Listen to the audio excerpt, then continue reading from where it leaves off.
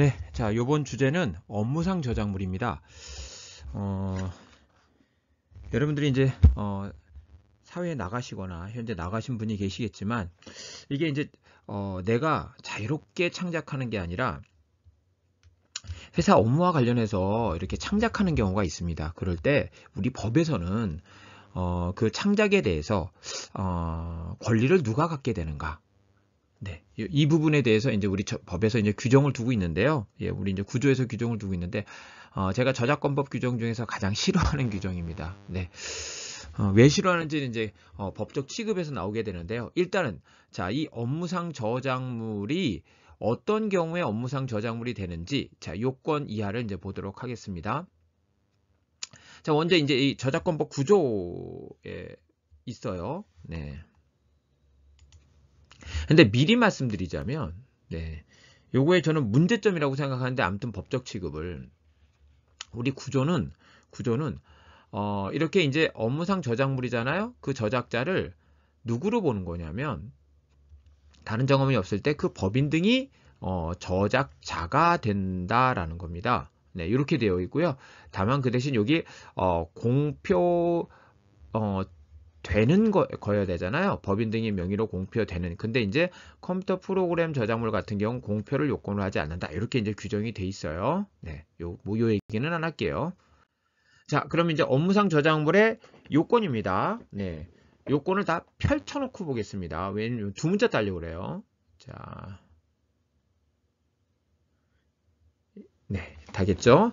자, 먼저 두 문자를 먼저 따겠습니다. 여기 그 법인 등이 저작물의 작성에 관해서 기획할 것, 네, 그리고 업무에 종사하는 자가 작성할 것, 그리고 업무상 작성할 것, 그리고 법인 등의 명의로 공표되는 것, 자, 계약 등의 별도의 정함이 없을 것, 이렇게 해가지고 종기 무공개, 개자를 이렇게 이제 공개하지 않는다라고 해서 이제 I 개자로 바꿔서 두 문자를 따봤습니다. 좀 말이 이제 연결되게. 네, 여기 기였죠. 자, 그럼 이제 요런 경우에 업무상 저작물이 되는 거고 되는데, 자, 그럼 우리 좀 여기 쟁점이 되는 걸 좀 볼게요. 먼저 기획이라고 했을 때 여러분들이 이제 이렇게 기획을 생각할 수 있어요. 회사가, 네, 회사라고 할게요. 법인 등이니까.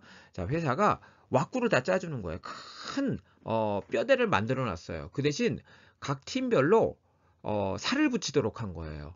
네, 전체 기획하에 뭐 1팀은 뭘 하고 2팀은 뭐 하고 3팀은 뭐 하고 그렇게 해 가지고 이제 네, 살이 붙여져서 네, 이 저작물이 완성이 됩니다.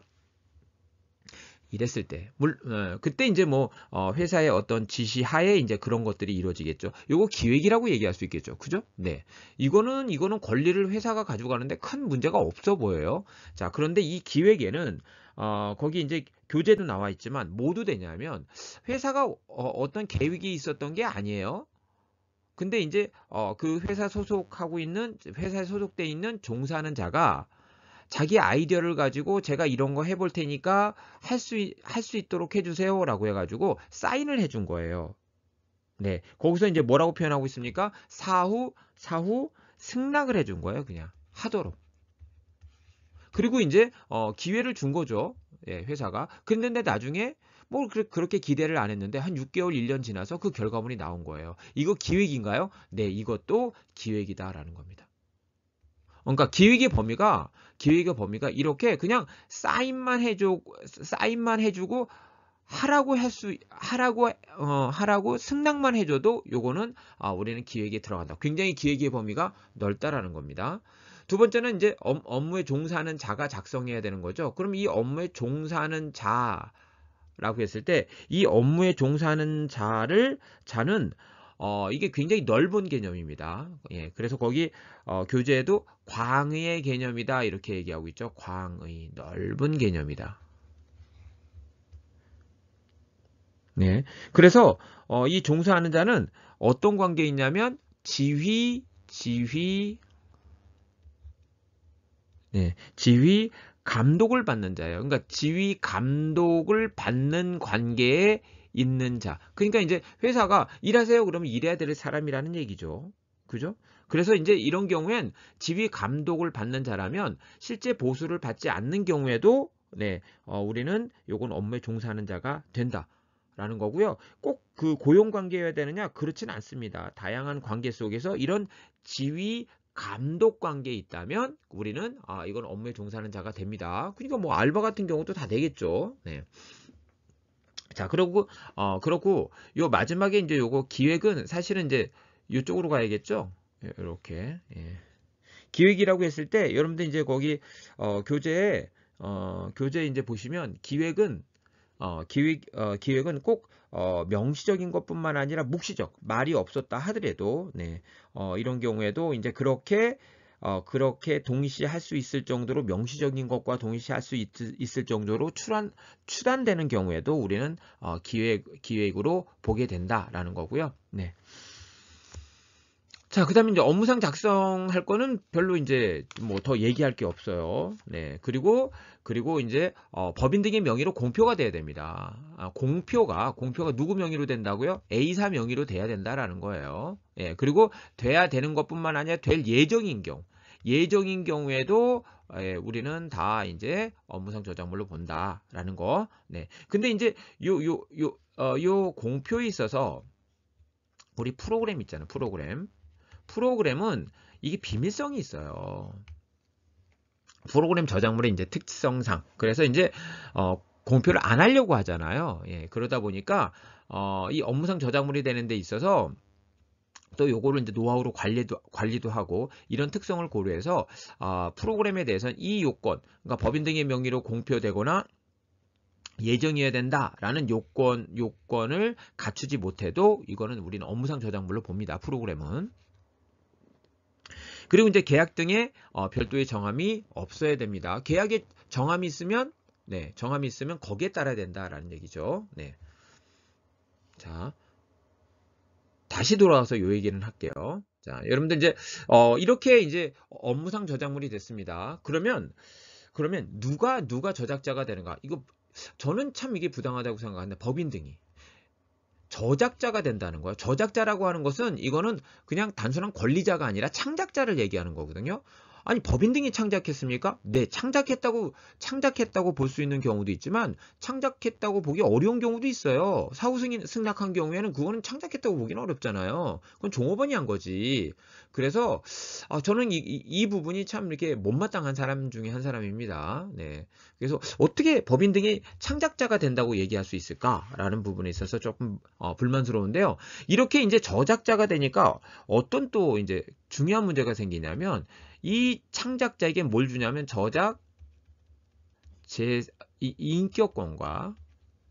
인격권과 저작 재산권을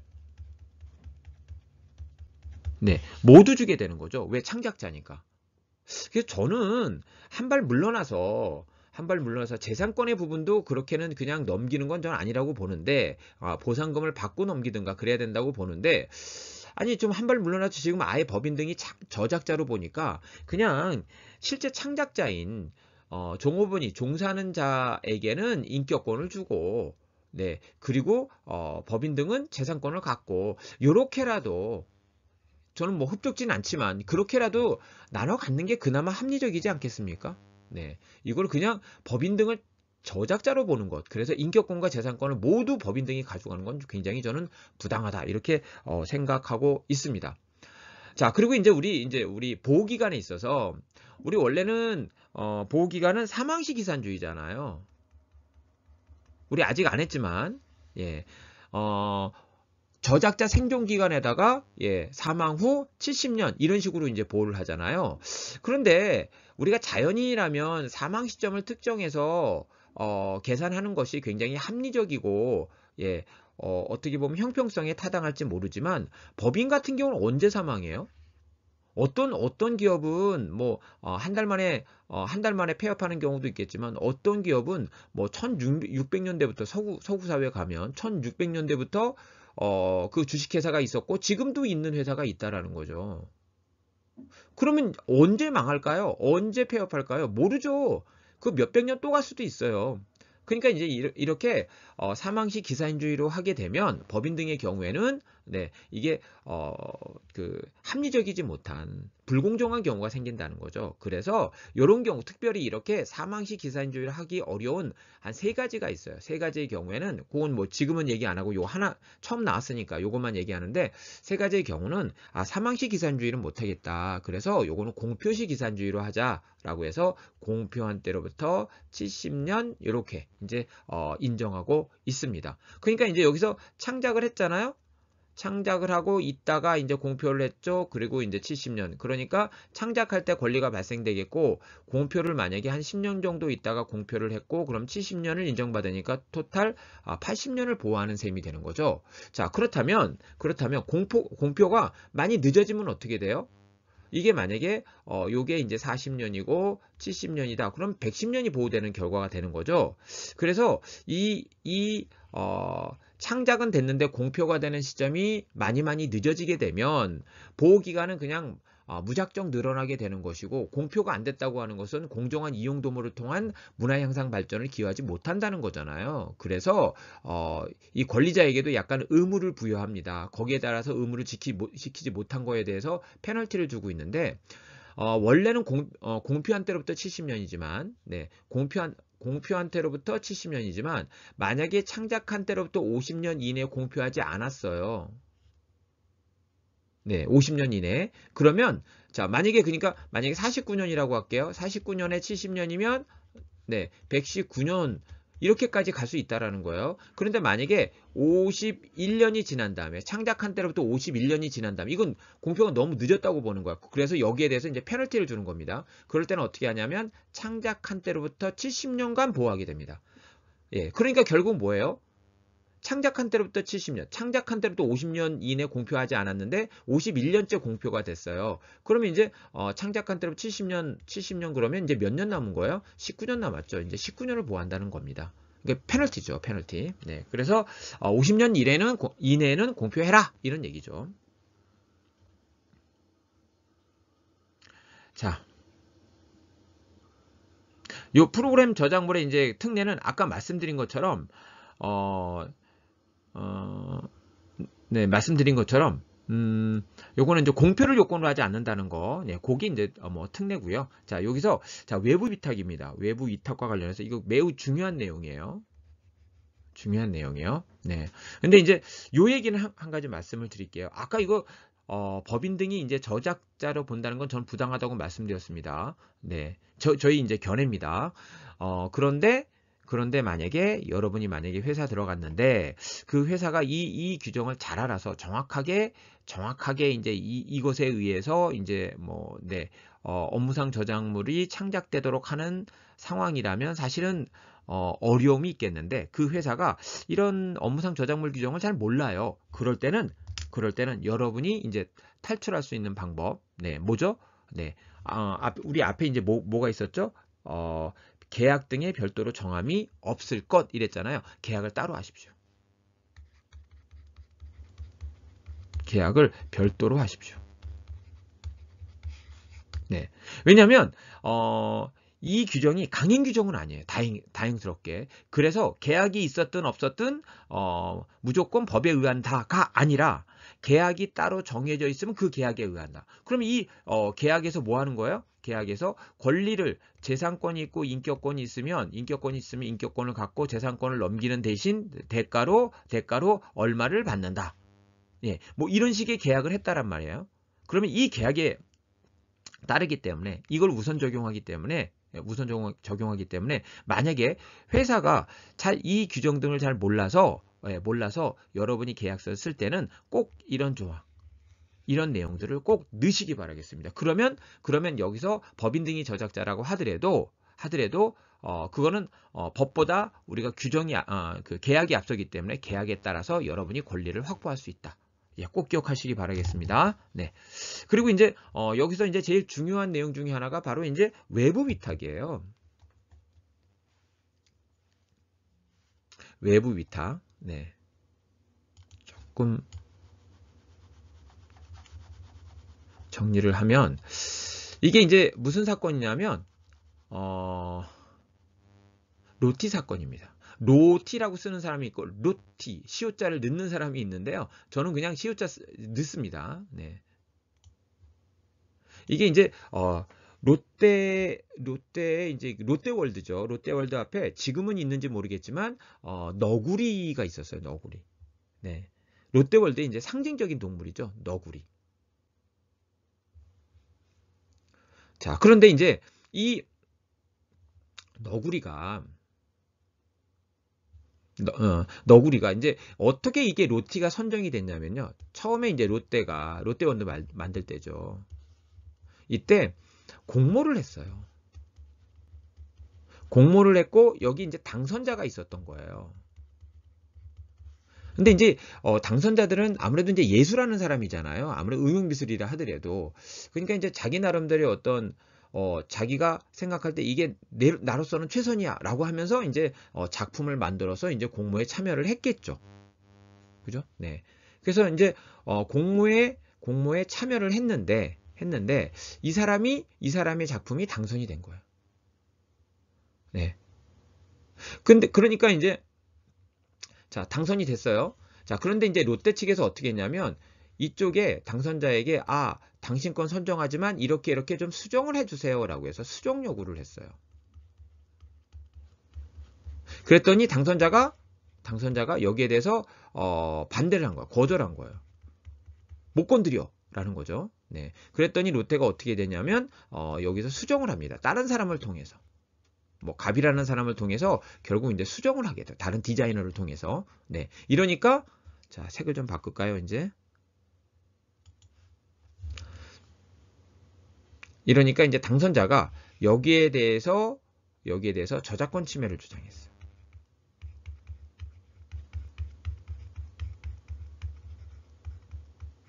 네. 그렇죠? 그랬더니 이제 롯데 측에서 뭘 주장합니까? 무슨 얘기? 이거는 우리 거야라고 해서 업무상 저작물을 주장하게 됩니다.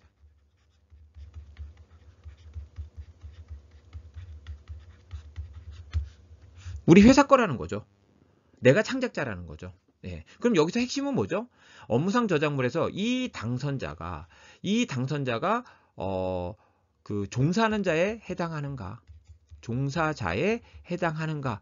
요게 이제 요 소송의 핵심이었는데 판례는 뭐라고 봤냐면요. 자, 한번 여러분도 이제 생각해 보실 수 있죠. 종사하는 자는 지휘 감독을 받는 자예요. 그죠? 그러면 결국 지휘 감독을 받는다면 일을 하라 그러면 해야 될 사람이잖아요. 수정을 하라 그러면 수정해야 될 사람이잖아요. 근데 이 당선자는 이런 거죠. 회사가 공모를 했으니까 내가 출품을 했고 거기서 당선이 된 사람이잖아요. 아니 내 걸 뽑아놓고 왜 내 작품을 갖다가 이거를 수정하라고 하는 거예요? 못해! 라는 거죠. 이 사람은 지휘 감독을 받아야 되는 사람인가요? 아니요. 아니 이 사람 마음에 안 들면 이 작품 마음에 안 들면 롯데 측에서는 그거를 당선시키면 안 되는 거였죠. 근데 이제 아무튼 당선을 시켰잖아요. 그죠? 이 사람은 그럼 지휘 감독을 받아야 돼요? 아니요. 받을 사람이 아니죠. 예.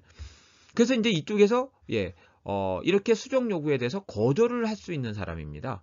그리고 실제 거절을 했고, 자 그렇다면 이건 지휘 감독 관계라고 볼 수 없겠죠? 네. 그래서 이렇게 외부에 위탁한 경우죠. 위탁도 아주 정확한 표현은 아닌데 아무튼 이렇게 당선이 된 자는 요거는 종사하는 자에 해당되지 않기 때문에 업무상 저작물이 아니다. 업무상 저작물이 아니니까 이쪽이 저작권을 갖고 있다. 그죠? 이쪽이 저작권을 갖고 있으니까 이건 저작권 침해다. 이런 얘기입니다. 이해되시죠? 네. 자, 그런데 이때 만약에 그래서 이제 결국은 이거는 이제 저작권 침해가 된 사건이에요. 업무상 저작물이 아니라고 본 거죠. 종사하는 자가 아니란 거예요. 만약에 여기서 계약을 할 때요. 공모하고 계약을 할 때 여기 이제 저작권 양도하는 내용을 여기 포함시켰다고 할게요. 그러면 이 저작권을 양도받았으면 이 경우에 저작권 침해가 안 되는가라는 겁니다. 내가 그 저작권까지 양도받았잖아. 그러니까 내가 저작권자인데 내가 왜 침해야? 라고 했을 때 자, 이것도 침해라는 거죠. 왜냐면 당선자에게 이렇게 이렇게 양도 형태로 이렇게 롯데 측에 넘길 수 있는 것은 이건 재산권이지 인격권이 아니라는 거예요. 인격권은 그 인격 자체에게 주는 권리이기 때문에 인격권은 넘어갈 수가 없습니다. 예, 그쵸? 네, 있어도 재산권이 있다라는 거예요. 예, 그래서 요 저작권 침해 주장할 때 여기서 이제 수정을 했잖아요. 예, 수정을 했다는 건 결국 뭐예요? 독립성을 해했다는 거고, 그래서 이게 독립성 유지권이거든요. 독립성 유지권 침해 주장하면 침해가 된다. 왜? 독립성 유지권은 뭐니까? 저작 인격권이니까. 재산권이 아니라 인격권이니까 인격권은 안 넘어간다고 말씀을 드렸죠. 그래서 이거는 혹시라도 저작권이 양도되는 구체적인 내용이 있었다 하더라도 이거는 넘어가더라도 재산권이 넘어가지 인격권이 넘어가는 건 아니기 때문에 인격권 침해는 된다. 네, 요거는 이제 실제 판례 사안이 아니라 조금 더 가정해서 말씀을 드렸습니다. 자, 이번엔 외부 업체에 기관의 홍보 제작을 위탁을 했어요. 외부 업체에 위탁을 했어요. 아이고, 바꿔야죠. 자, 위탁을 했어요. 위탁 계약 당시의 결과물에 대해서 저작권 귀속에 대하여 약정한 바가 없었지만 요게 없었다는 거예요. 요게. 근데 제작 비용 일체를 기관에 지급하였을 뿐만 아니라 사진도 직접 제공했습니다. 네, 이런 경우에 추후에 우리 기관이 그 결과물을 변형하여 사용하거나 추가로 제작을 의뢰하는 것이 가능할까라는 겁니다. 뭐 이거 우리 지금 방금 다 봤던 내용이니까. 자, 이 경우에 이제 이렇게 위탁하는 경우에 업무에 종사하는 자에 해당된다고요? 안 된다고요. 안 된다고요. 네. 그렇기 때문에 저작권은 누구한테 있다? 외부 업체에게 있다. 그러니까 변형이 이용되거나 아니면 추가 제작하는 거 안 된다라는 거예요. 네. 그리고 또 그 계약 내용에 용역 계약에 의한 결과물은 갑이 소유합니다. 라고 해가지고 계약서에 이런 내용이 들어가 있었다 하더라도 자, 결과물은 갑이 소유한다고 했잖아요. 그러니까 소유권에만 문제가 되는 거예요. 소유권만 귀속이 되는 거지 저작권까지는 아니라는 겁니다. 그래서 우리가 이제 저작권까지 양도받을 땐 저작권에 대한 구체적인 내용이 들어가 있어야 돼요.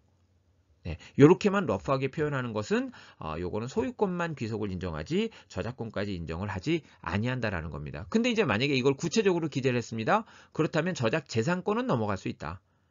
예, 저작 재산권은 네, 이제 그 기관이 가질 수는 있는데 그런데 만약에 저작재산권을 갖는다 하더라도 여기서 다른 업체에게 추가 제작하는 건 가능하겠죠. 네, 이건 복제권의 문제니까. 근데 이제 변형해서 이용하는 것은 동일성 유지권의 문제잖아요. 동일성 유지권이 없기 때문에 이 행위는 못한다라는 겁니다. 이거는 가능하고 예, 추가 제작은 가능하고 변형 이용은 안 된다.